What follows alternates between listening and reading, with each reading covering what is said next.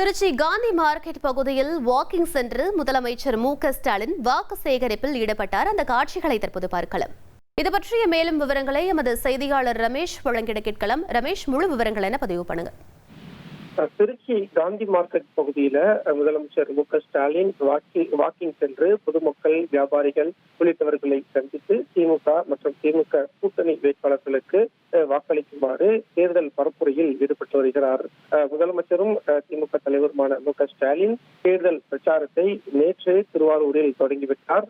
இன்றைய தினம் திருச்சி உழவர் சந்தை மைதானத்துல திமுக மற்றும் கூட்டணி கட்சி வேட்பாளர்களை ஆதரித்து பிரச்சாரம் மேற்கொள்ள இருக்கிறார்.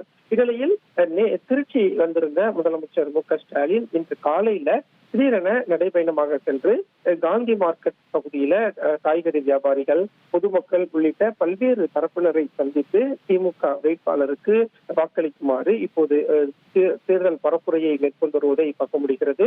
முதலமைச்சர் இப்போது இருக்கக்கூடிய இடம் திருச்சி கிழக்கு சட்டமன்ற தொகுதிக்கு உட்பட்ட பகுதிதான். திருச்சி கிழக்கு தொகுதி வேட்பாளராக இடிகோ இறுதிராஜ் போட்டியிடுகிறார். வேட்பாளர் அமைச்சர் கே.என். நேரு, அன்பில் மகேஷ் உள்ளிட்ட திமுகவின் முக்கிய அமைச்சர்கள், நிர்வாகிகள் உடன் இருப்பதை பார்க்க முடிகிறது.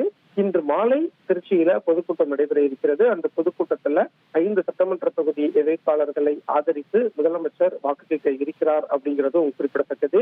இதே திருச்சி கிழக்கு சட்டமன்ற தொகுதியில தான் தமிழக வெற்றி கழக தலைவர் விஜய் போட்டியிடுகிறார். அவர் நாளை வேட்புமனு தாக்கல் செஞ்சு பிரச்சாரம் தொடங்க உள்ள நிலையில முதலமைச்சர் இன்றைய தினம் திருச்சி சென்றிருந்த நிலையில திருச்சி கிழக்கு சட்டமன்ற தொகுதியில திமுக சார்பில் போட்டியிடக்கூடிய வேட்பாளரை ஆதரித்து பொதுமக்களிடம் வாக்கிங் சென்று இப்போது தேர்தல் பரப்புரையிலேயும் ஈடுபட்டு வருகிறார். விவரங்களுக்கு நன்றி ரமேஷ். வீட்டோட மாப்பிள்ளை வரும் வியாழன் முதல் தினமும் இரவு 8 மணிக்கு காண தவறாதீர்கள்.